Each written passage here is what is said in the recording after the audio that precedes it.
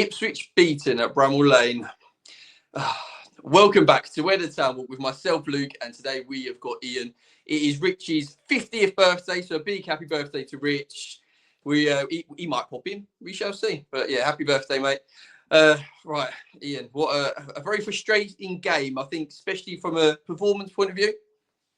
It is, especially after what was many people remarked on our confident performance midweek against Bristol, and then you follow it up with a couple of key changes in the squad, and then a very lackluster performance. There's people questioning people in the squad, should they be there? And those kind of people went to ground again, and then suddenly they've all come back up. So, yeah, it's not the best performance, the worst result we probably could have had, and it does give room for people to kind of put their heads up above the parapet again to start criticising certain players in the squad, which, that can lead to unrest in the stands. It can lead to unrest in the squad, when players have been given the opportunity to get a start and they don't really perform, then, just as a player as well, it just really dents your confidence as well. So, yeah. I love that. You're definitely right. They've been hiding a little bit lately, and then now as soon as there's a bad result, they all pop back up. But as fans, we can be a little bit reactionary, can't we? But we need to stay level-headed. It wasn't a great performance, wasn't a great game, but we are on a decent trajectory and still in a good position. Obviously, we will touch on our waveform, something that does need to improve. But all in all, we need to stay calm as a fan base, and it could be a lot worse. Let's put it that way. I think it was the one thing I took from the game was the word I kept coming into my mind was messy. It felt a very messy performance. It was lots of individual errors. There was lots of misplaced passes. It was a very bitty performance, and what I'd like to see when that's happening is for us to maybe change a little bit and play maybe a little bit direct rather than trying to play out from the back. Because there was a lot of errors, wasn't there? And obviously there was a few that could have led to a goal. Greaves' back pass, ones like that. But just in general, our build-up play seemed very messy. Yeah, and you fight hard to win the ball back off Sheffield United, and they were as guilty as us of that because they kept giving the ball away. And then 2 passes later, we kick it straight back up. And you look at that and you think, this is really low quality football from 2 teams that were both in the Premiership 2 and 3 years apart.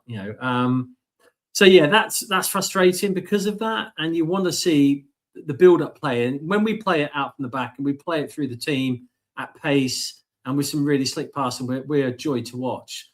And then there's these other ones where like Azor lets a random ball go loose, or Jack Greaves does a half-hearted kick back to Walton, and thank God, Dara was there to clear off the line.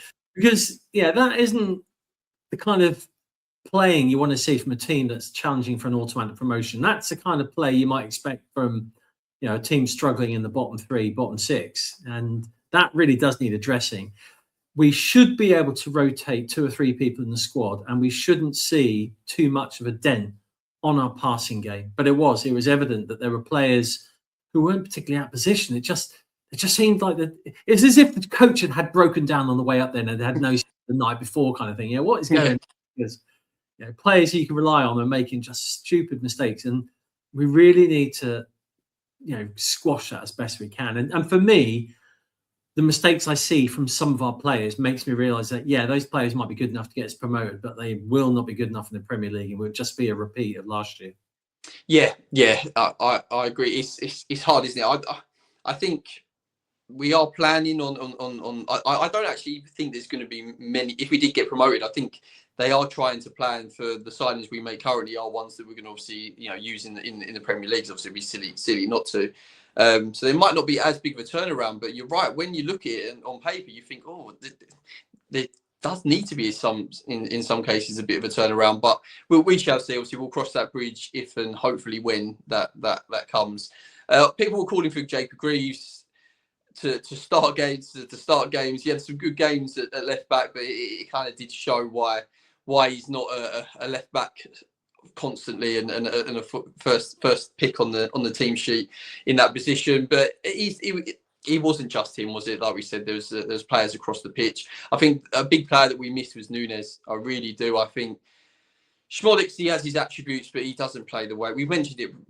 previously and many times on this podcast, he doesn't play the way we like to play a number 10. We like to play with link-up play, dropping deep, collecting the ball, carrying the ball, little passes, and he's not that player. Who would you like to see either Mmeti come in? We'll touch on him obviously a bit later on the show with our new signing, or would you like to see Egley come a little bit more central? Now we have got a real fit and firing Wes Burns, with obviously Casey McAteer as a backup that's a similar sort of player. Would you like to see Egley slowly move now into the number 10? I was under the belief that, move Egley into 10 be a really good move. We always felt that Nunes was there as a makeshift, and I was under the impression he was going to be like doubling up with Matasiwa. But Egley's form over the last 2 or 3 games it's not been like terrible, but I can see that he's still really finding it hard to adapt to both the pace and the physicality of English football. And I think he struggled yesterday. So for me, when Mmeti came on, I was impressed. He looked like we're taking chappers, sent him off to some kind of training farm, stripped about 10 years off him and brought him back really fast and quick again. And he looked a very similar style to Chaplin, which was quite good. And he's got the skills to go with that. For me, Sammy Smodic at the 10, again, I didn't think he played that bad. I think his ability to get the ball pushed forward much quicker was good to see. But he didn't support Hurst as closely as maybe Nunes has. And Nunes, he looks like that 12-year-old kid who just wants to play every game, every day, and he just doesn't stop running when he's on the pitch, which is probably why he's now messed up his ankle a little bit. And again, we touched on Greaves playing at the left back. McKenna mentioned his Preza about, he's got to manage injuries. So it does make you think that maybe Leaf's carrying a little knock, and that was why. I didn't see that when Leaf came on. He seemed to slot in nicely back into the left back, and then Greaves back across to the centre back with Dara worked fine as well. Kipre, the machine, took a bit of a nasty knock to the elbow, and when you look at the back, you can see the guy going into the tackle and leading with his elbow. So, like I said, we should be able to move players around in that squad, and we shouldn't notice that much of a difference. It just was a very scrappy team performance. Yeah, 100%. And you are right. Egley has struggled. He's one that's been unfortunately under a little bit of criticism in the last 24 hours on social media, etc. And people do need to remember he's only 19. He's obviously got a lot of ability, and he's almost been shoehorned into a position that he hasn't got pace, is he, in that extent. He's someone drops the shoulder, likes to link, etc. So he does fit a lot more of what a number 10 would like to bring to our team. So I can see him probably dealing with the league and the physicality a little bit better in there, because he isn't just going to try and use his pace. He can link play, and got a lovely left foot that he can obviously switch the ball over to either Jade and Jack Clark, whoever's on that side. So I think like I mentioned previously, I'd like to see him move more into the 10 and now use the Burns and the McAteer, the more pacey, direct wingers. Burns was brilliant when he came on, wasn't he? Let's mention that as well. I mean, in a game that didn't have many positives, he shows he hasn't lost that pace, has he? No, and it's interesting because when he got injured at Liverpool, what game was he got? When he got injured last season and went out, we had Amari Hutchinson, and we had a good threat on the right-hand side. So far, this season, we haven't really had that. We've had to rely heavily on the left to pick up the slack. And, 20-odd goals between the two of them, they have done that. So rather than having an equal number of goals coming from the left and the right wing, we've relied everything coming from the left wing. And if you look at our goals scored from position, we're the same for the last 3 years at Championship, League One and Championship. Again, not, put the Premiership to one side. So George Hurst is scoring the same amount of goals he always scores. The left and right wing are providing the goals they would normally do. Caveat that obviously the left wings had to double the amount of goals they've scored, but there's still 20-odd goals from the left wing position, that's a phenomenal amount of goals. It does mean that clubs can hopefully predict where the threat comes from. So it's great to have Wes Burns back, so we can maybe start to share the play further out to the right. Because again, expecting Egley to pick up that threat, he's got some fairly quality shoes to fill in the likes of Hutchinson and Burns before he got his injury.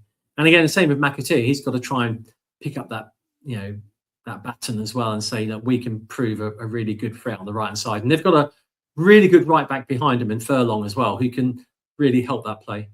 Yeah, definitely. I really hope McAteer he's working closely with Wes Burns, because they've got very similar attributes, don't they? Wes Burns, he does the basics so well, and that's what I want Casey to take on board. Is we're not looking for anything flash out there. We get the ball, take the man on, get to the bar line, put balls into the box. When Burns came on, that's how we actually scored our goal from the penalty, wasn't it? Because Burns came on, he little 1-2, got to the bar line, cut back to Taylor, has his shot, obviously saved, literally saved by their defender with a handball, and obviously we put the penalty away. So yeah, that's what I want to see from Casey, working quite closely with Burns, and them sort of really working the same sort of way on that flank. You talked about obviously scoring on the left hand side, plenty of goals coming from that position. There was another 2 midweek against Bristol City. Jack Clark comes up with 2, and our home form compared to our away form is astonishing. It's something that really, if we're going to push on and we're going to get that automatic promotion in places, the away form really does need to improve. What if you're looking at it, Ian, from a coach's point of view, what do you think needs to change for us to really get some points and get some wins away from home? I think the first thing you've got to look at is mentality, squad mentality, that belief in our ability to do that. Sometimes be brave. I think, it's very easy to go to some of these clubs and sit back and hope to hit them on the break. But a couple of times when we've played really well from home, it's the times when we've gone out there and dictated the game. I think that first 10 minutes yesterday, Sheffield were just pumping the ball out. They were under the cosh a fair bit, and it was on that. I think two shots on target, 2 great saves from Cooper, and they broke on the counter, and O'Hare got that goal. If we'd have got one of those in, I think we could have seen a different game, because it looked like our tails were up. It looked like Sheffield were just getting rid of the ball. So if we can work on that mentality and have the belief, because when we're going down 2-0 at half time, to get that second goal was just, I think it knocked the wind out of us, and that's not the first time this year where we've suffered a second goal and against run of play, and we just haven't recovered very well from it. So yeah, stronger belief, take the game to the other teams, don't sit back, because we prefer the ball at our feet. We prefer to have possession, build up the play slowly, and we might only get 1 or 2 goals, but that's what we need to stick to, what we know best. Yeah, I agree. Football's such a confidence game, isn't it? So it's that mentality. You need to go to these places believing that we can be the dominant team, dominant in possession. But on the side, the flip side to that, I'd also like us to, like yesterday's game, where the game against Sheffield United, where we were making individual errors and the passing wasn't quite there. I'd like us to change up a little bit and maybe try and go a bit more direct. We've seen against who was it now? A few against Bristol City in the game before that, Walton actually skipped the first set of press and went a little bit longer. I'd like to see that, because it's very hard. You go to some of these grounds and you make some individuals at the back. The home crowd get on top of you. I'd like to see us play a little bit more differently if we are under the cosh, rather than keep trying to force the issue. But it's one of them. I think it's going to come, and once it comes, we'll probably win a good few on the bounce away from home. It's just trying to get that energy and confidence that we take from the home games into the away games. And it's interesting as well, because when we're on the road as well, I think people have criticised like Hurst and Azon for not holding the ball up, but we don't play a holding centre forward role. We play a pivot front man, and the job there, if he is deep in that, the other team's third, is not to hold it, but it's to play it off on a one touch. And we see that. So that only works when you've got really good, support from either the number 10 or from your wingers. And I think Azon would love it if we were to do what you say, which is occasionally route one passing. And I don't mean long ball, but I mean route one, because very, very rarely do we see an Ipswich move where the ball is a dissecting pass through the middle for the striker to run onto. And I think this is what Mmeti will bring. If you look at some of his game footage, he's quite good at that dissecting ball through the centre backs, or just in between the left and right back and the centre back. And that's the kind of thing that Azon would really love on. I'm not sure that's maybe George Hurst's strongest part of his game, but certainly I think we would see a difference with Azon, and potentially Akpom as well, because if you look at the goals he was scoring when he was at Middlesbrough before, a lot of those were those balls that came in across the ground, and relying on the centre forward rather than relying on the wing play. Yeah, 100%. Well, let's talk about him, the new signing, Mmeti. He's we only saw a small cameo in a game that was obviously very difficult, but he's a very well-known Championship player. He's gone up through the divisions. He's definitely someone that McKenna himself that said the club has been keeping an eye on for a long period of time. And I can see why. He's got the ability. He's got in his interview, you could tell he had that bit of confidence about him that we like to see from a player. I think he's going to bring something that we might not potentially have at the moment. I liked when you said his comparison to Chaplin in terms of picking up spaces in them little pockets. When you said that, take Chaplin off to the farm, give him some. Also, he needed to probably have another foot on top of him to be anything like anything different than the Chaplin compared to Mmeti. But yeah, I think he's going to bring some real direct play. He seems quite powerful. He seems. I can see why they're looking at him. McKenna loves carriers in that number 10 role, and Mmeti definitely has that, doesn't he? He can definitely carry the ball at pace. And yeah, hopefully we can see some more balls through the final line and get some Akpom playing on the shoulder maybe, or Azon playing on the shoulder a little bit more and seeing goals that way. But I think it's going to be a good piece of business, especially at still 3 million. I think it's a great bit of business. I know he's obviously was out of contract, but I think it's winners all way. I think Bristol City get a decent amount of dough for him, and we get a good player at a good price.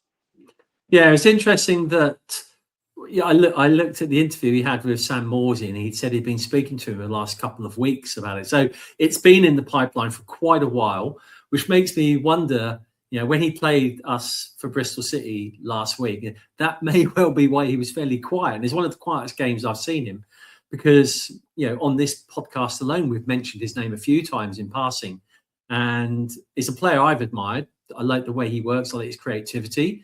The only kind of worry, and you speak to Bristol City fans, is he can go absent sometimes as well. But we saw that with Amari Hutchinson. We saw that his first year, there'd be a day where he's brilliant, then he just was missing. I think with some quality coaching from McKenna and his team, I think we'll see the best out of him. And I think it also goes back to Wycombe, where he was at Wycombe. Yeah, they've now got a record for working really well with midfield players. We saw that with, our own Humphreys went there and did really well. So, yeah, I think he's going to bring a different dynamic to the way we play football. He's going to complement our style of play when we move quickly, because he's a very fast player as well.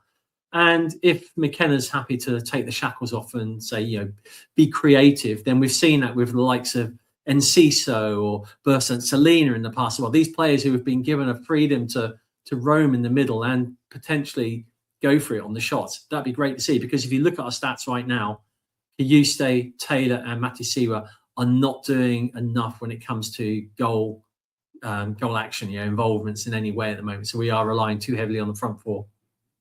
Yeah, definitely. Do you see Mmeti taking up that 10 position? I know he can play across that sort of the left-hand side, right-hand side in the 10. Do you see him being more a number 10 for us? Yeah, I think it is. I think that's going to come in and supplement Nunez. We may well see Nunez start to be re-rolled back to working in the midfield where he was supposed to go. I know he's been really successful as a number 10.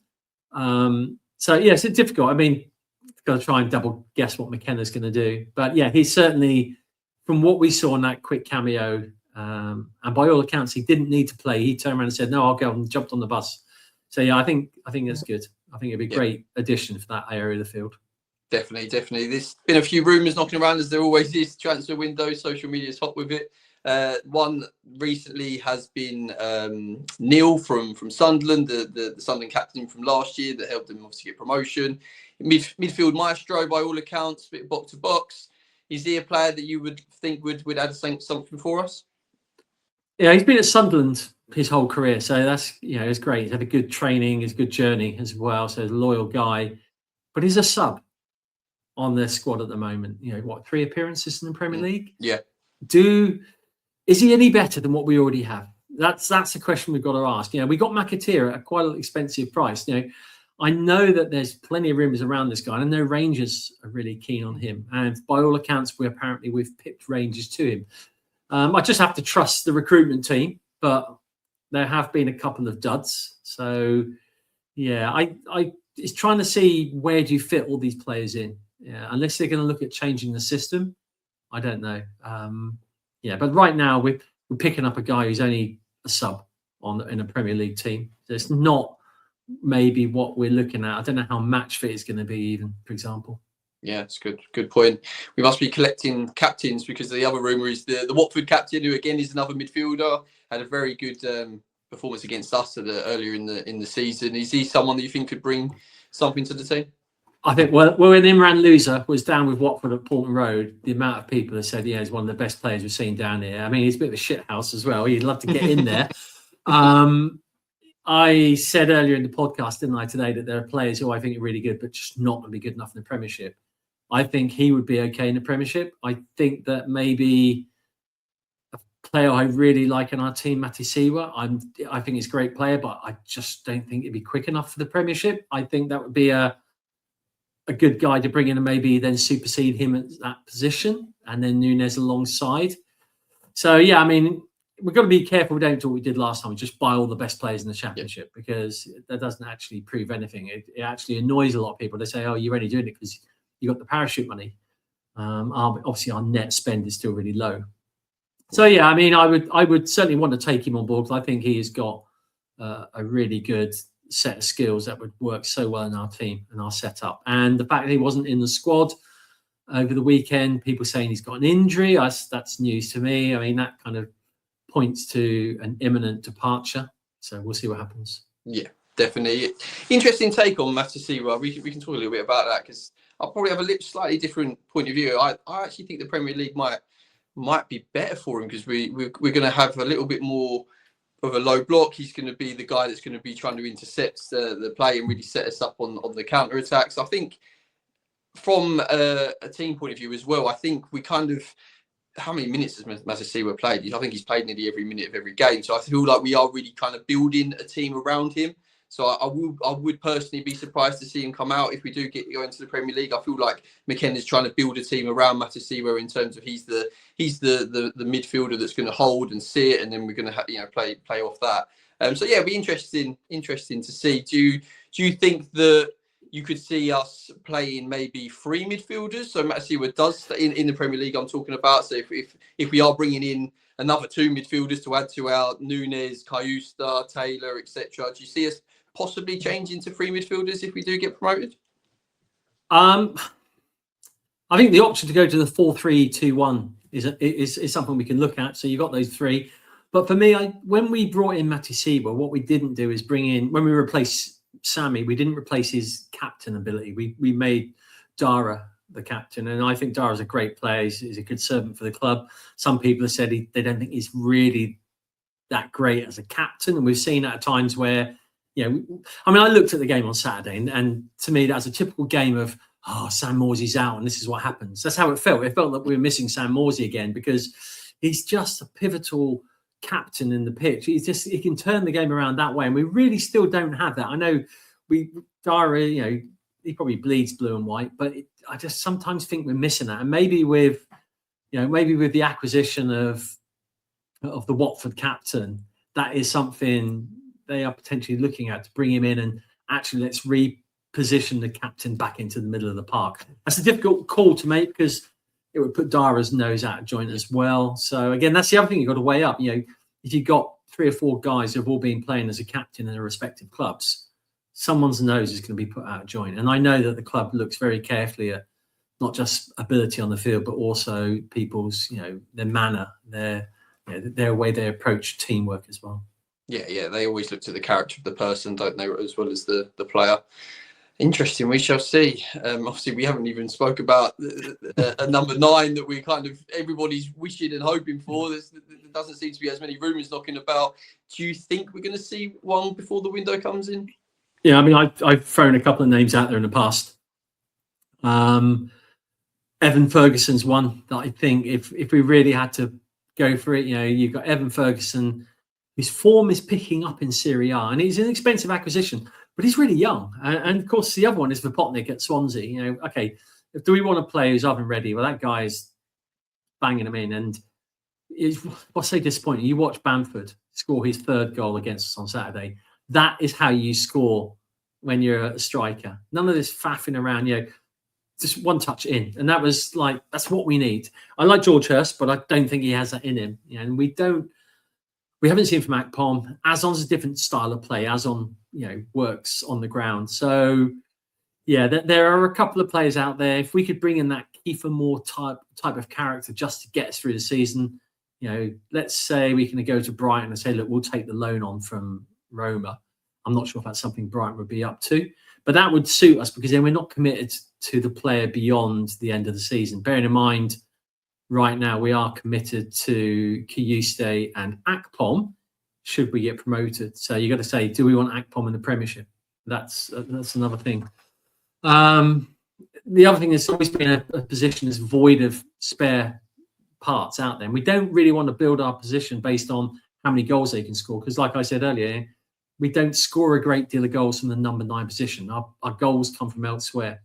But yeah, for me, realistically, it doesn't look like we're going to bring anybody in. There are a couple of nominees out there we could look at. Yeah, I think if it does, it's going to be real end of the window, deadline day type stuff. So we shall see. We signed Kiefer Moore on deadline day last year. So we did. It's just I thought the way McKenna keeps using Azon, I can see him obviously sticking with keeping Azon at the club. I think if he was going to get his loan terminated, I think that would have happened by now. So yeah, I'm on the same page as you, Ian. I do think that we probably won't see a striker come through the door. Whether that's a bad thing or not, we shall see. Maybe they're just saving their dough because they've got someone that they're interested in come promotion if we do go up. So we shall see. Right, next game is Preston at home. It gets back to Portman Road where we've had such great form. We really need 3 points, don't we? What's your score predictions and what you're expecting from the game? Well, we need to see a bounce back, really do. And I think Preston are under the cosh right now. They've had a couple of really poor results. They had a player sent off as well at the weekend. So I think that someone said, I read on social media yesterday that Sheffield United have poked the bee's nest, and that's what we need to see. We need to see the reaction next week against Preston where the bees come out and we literally no relent, and we need to see a good, strong, dominant performance. And I want to see converting our chances as well. So really for me, I need to see three goals. I would love it to be a clean sheet again. Clark's probably going to be starting again because I don't think Phil's going to be ready yet.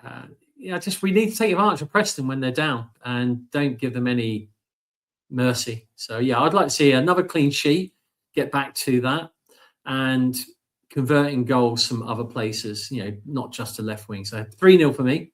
Yeah, I like it. I think that can happen if we get the first goal. Because I think the first goal is so important against Preston, because if they get the first goal, you know what they're going to do. They're going to sit in that low block and they're going to make it hard for us to break through. So it might be one of them games where it's a little bit frustrating at times where we can't quite break through them, but that's why that first goal is going to be very, very important. Let's hope we can get it, and a lovely, comfortable win would be good. But I agree. Kind of take the game by the scruff of the neck and really take them to the sword and get 3-4 goals and really try and stamp out our performance there and show we are good enough to be top 2. We are good enough to get promoted and really show a real good performance. That would be lovely to see.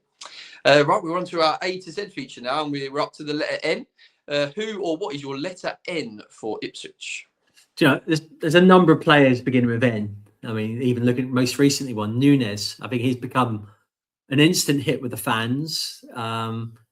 His whole demeanour, you can't help but love him. Absolutely love Nunes. But for me, there's only one N that counts, and it's above all else, and that is the N of Norwich. Because I don't know about other Ipswich fans, but for me, growing up, that is what consumed me. The first game I look at on the fixture list was always Norwich home and Norwich away. Going to the away games at Norwich was just, it was a must-attend event as well. Very difficult to get tickets for now, obviously. But yeah, it always, even despite the blooming 16 years or whatever they're going to say of blooming not beating them, I never gave up the hope that we would get back on top. And power has shifted back to, Suffolk again this season. Let's kind of look to dominate as well for the next 3 or 4 years at least. So yeah, for me, it's an N for Norwich. I mean, I wouldn't look for them because I admire them. It's just it consumes you as an Ipswich fan, and other clubs around the country may well question its credibility as a derby. But if you live in Norfolk and Suffolk, you don't need any persuasion. Yeah, definitely. It's county v county. That's how it is a derby, but it's county v county. It's a massive rivalry, and yeah, I'm with you. being brought up an Ipswich fan, it's definitely something that you do sort of have that passionate hatred for them.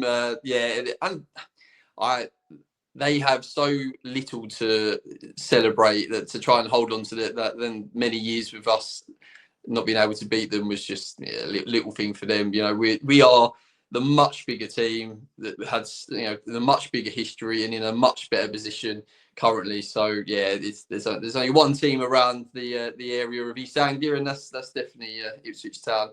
Absolutely. And long may that continue. Definitely. Right, we are finishing with tweet of the week, and it's from our one of our own. It's from Rich. He loves to tweet, that man, and he's a quite a interesting take about our ways of trying to come from behind. And it's since March we haven't won a game from a losing position. That, alongside our away form, is something that we need to improve, and quickly. And isn't it? Is that a mentality thing? It's a strange one, because when you look at stats, you go, this stat will dictate the outcome of a game. I mean, I've done a lot of work on statistics. There is only one statistic in football that's guaranteed an outcome, and that is if you score 5 goals. If you score 5 goals, it's literally a 99.999% that you will win the game. So if you go behind at a game, you might see a team that struggles to then get back in it. I think within the first 45 minutes, it shouldn't make a difference. If you go behind towards the end of the second half, fair one. But if you go in at halftime losing 1-0 or losing 2-0, you've got another 45 minutes to kind of get that back. And we've seen Ipswich 2 years ago, we were the masters at coming back in the 90th minute or the 85th minute. That hasn't happened. We need to see that come back into the game, and we shouldn't let the fact that maybe we're struggling to come from behind on the road dictate that we can't do it in the future. It's one of these stats you see in the commentators' books. So Ipswich haven't come from behind, and we just have to have belief, and it goes back hand in hand with the whole positive mentality in the team, and that running towards adversity, as the club will tell you, is such a big moniker. So we need to just brush that stat to one side. Our away form, it will come. People saying, Philogene out. It didn't matter on the road because Clark was our starting left wing on the road anyway. And February is going to be interesting, 5 games on the trot, which people might say, but your footballers, you can recover. When you're playing games on the road, you miss out on a recovery day. That's what I got to remember. Yeah, definitely. So, I mean, I'd brush that stat to one side. I think it swings around us again. If you look back at historical results, historical goal scoring for the last 4 years, we're more or less on par for what we were in the team in the years we got promoted. Yeah, definitely. It's something that Ipswich of old, especially I said 2 years ago, we were so good at coming from behind. It was literally our mantra, wasn't it? I remember games against Bristol City, Southampton, all these different games where we come from behind and got the win. So let's hope that we can sort of change that statistic and really pick up our away form, especially going into February, where we've got some big trips, including Wrexham twice, which is going to be fun for fans. So we shall see. But we start the following week against Preston. Let's hope for 3 points and a real positive performance where we go take the game to them. Thank you, Ian. I appreciate it, mate. And thank you, everybody, for watching at home. Please like and subscribe, and please comment below talking all things Ipswich Town.